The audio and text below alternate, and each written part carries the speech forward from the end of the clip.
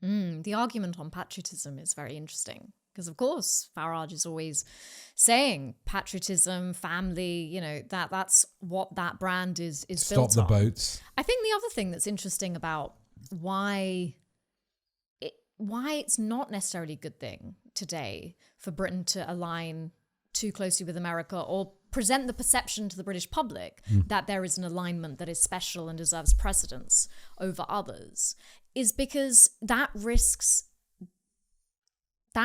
this notion that the UK is like America.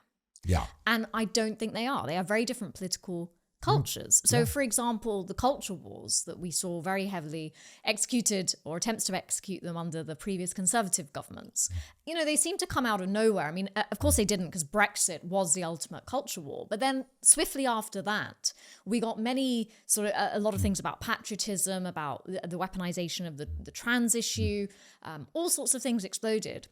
And I think what people were right when they said that is something that's been imported here from America. Yeah. And we know, because of the work that Byline Times has done, that facilitation has happened because of the Tufton Street think tanks in part, also because of the Conservative Party and the direction it's been moving in recent years, also about money. Yeah. The fact that a lot of right-leaning politicians get paid to appear on certain platforms or align to certain ideologies.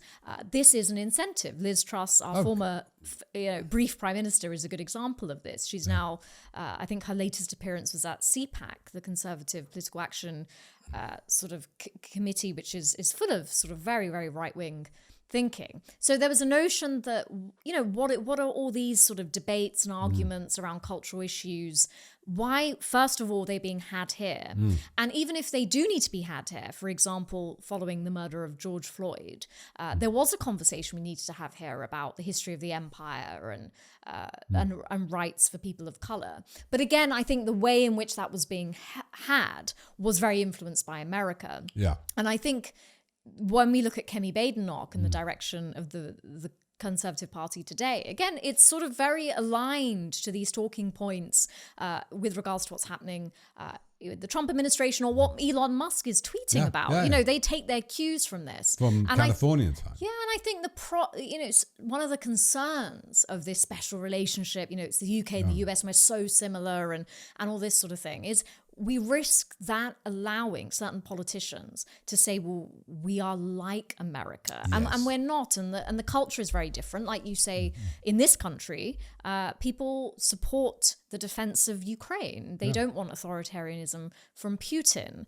And I think in that sense, Starmer is making the right calculation that actually, is the British people authoritarian? Or do they believe in liberal democracy? That was the big test in America last November. Yeah. And it seems that they voted against liberal democracy. When there's a massive, whatever reason we say is unpopularity now, there's a massive swing to 0-4 towards the Lib Dems and Labour.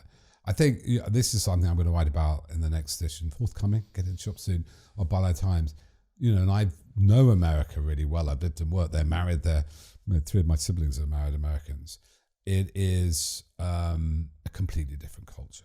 And obviously it's complicated for English people because the language, put an American accent, a lot of American stars in the movie stars. There's an interchange of writers and cultural talent, especially the coast, so less so now, but New York, Silicon Valley, it feels very close. They feel like our neighbors. The people who vote for Trump, though, live in very different worlds. And I think this authoritarianism thing is key.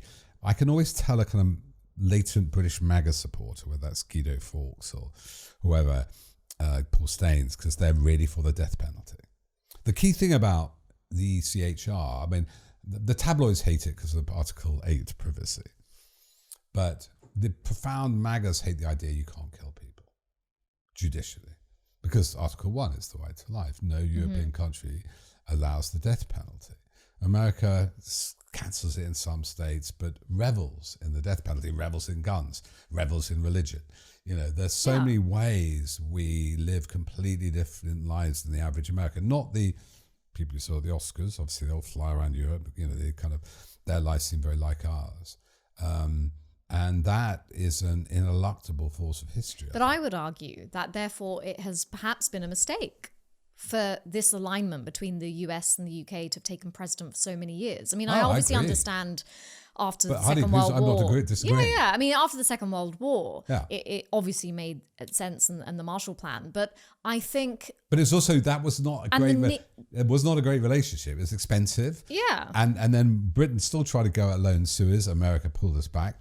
America went it alone in Vietnam. Britain didn't join in. You know, Australia No, it didn't. did. Exactly. And then this sort of people, as the term goes, neoliberalism, this immense inequality that has come from the Margaret Thatcher, Ronald Reagan era, which I think we are living with here too. I think America is sort of, even more elevated in that sense. I think the inequality, why do we need to become a society in which, the Reagan sort of Thatcher era was about sort of market forces being the way that people's lives are sort of freed up and people are given agency and they can prosper, as opposed to those outcomes strictly being achieved through politics and democracy. There's a notion that there's a merger between the market forces and politics. I would argue that's not a great thing that we live with in our society today. I mean, obviously it was Thatcher who was voted in by the British public, but this alignment with America, this vast inequality, and this notion that we are, our interests lie with American interests, when rightly you point out, Peter, all the things you've listed, they are very different things. I mean, we abolished the death penalty. Until recent years, we don't have these rampant culture wars. We don't have guns. That's why those culture wars didn't work here. Some of them did, but a lot of them. Like the Rwanda policy was that kind of and the performative cruelty. Not having vaccines. Now, there's American tradition that we don't trust the state. That in my bodies, they mustn't intervene. The whole abortion thing. There's the sacredness of anti-government feeling in America, which means they go, "Oh yeah, the vaccines were poisonous," which a marginal uptake here. Yeah, so I think, and just back to that point, is the conservative right here, including Reform, knows no other way than to channel this money. It has no connection. There is a problem with the centre right throughout Europe, and the inequality thing is really interesting. I think that is a Europe-wide problem now. It's not just Reagan, Thatcher. And it's quite interesting because America got very, very equal in the 60s.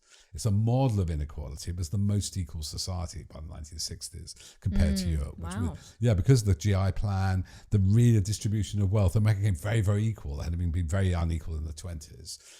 They had this amazing rise of middle-class wealth and all these suburbs being built. And then obviously it got worse since the 80s and Reagan, Thatcher. So, but you're interesting there. The Anglo-Saxon model of, neoliberalism, if you look at Reagan, Thatcher, deregulation, allow, shrink the government, let the markets play. And then you get the financial crisis. And of course that all ends in 2008, crucial moment. But they were as one on foreign policy. Thatcher, Reagan saw off the Soviets, right? Effectively, their firmness, you could say, caused the collapse of the... Eventually, they couldn't compete with the Soviet Union. It kind of collapsed under the weight of its own contradictions. So you had an economic alliance and a military alliance.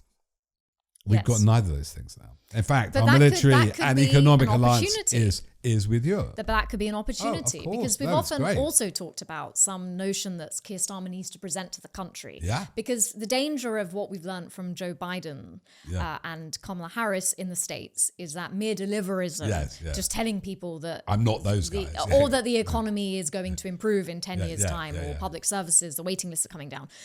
Something more visceral is required. This could be a moment where Keir Starmer says something broader about Britain and what it is about and what is its role. And this is a good opportunity. And actually, it is about liberal democracy. That is different from the authoritarianism of Putin and, dare I say, Donald Trump. And actually, what we've been looking at for a number of weeks since the inauguration of Trump was, to what extent is Starmer going to be able to stand up against Britain's apparently biggest ally, which is becoming increasingly authoritarian. I think the Ukraine war is that point around which in Europe you either rally around it or you leave, as Trump said, you leave them to fight it out, Putin and Zelensky.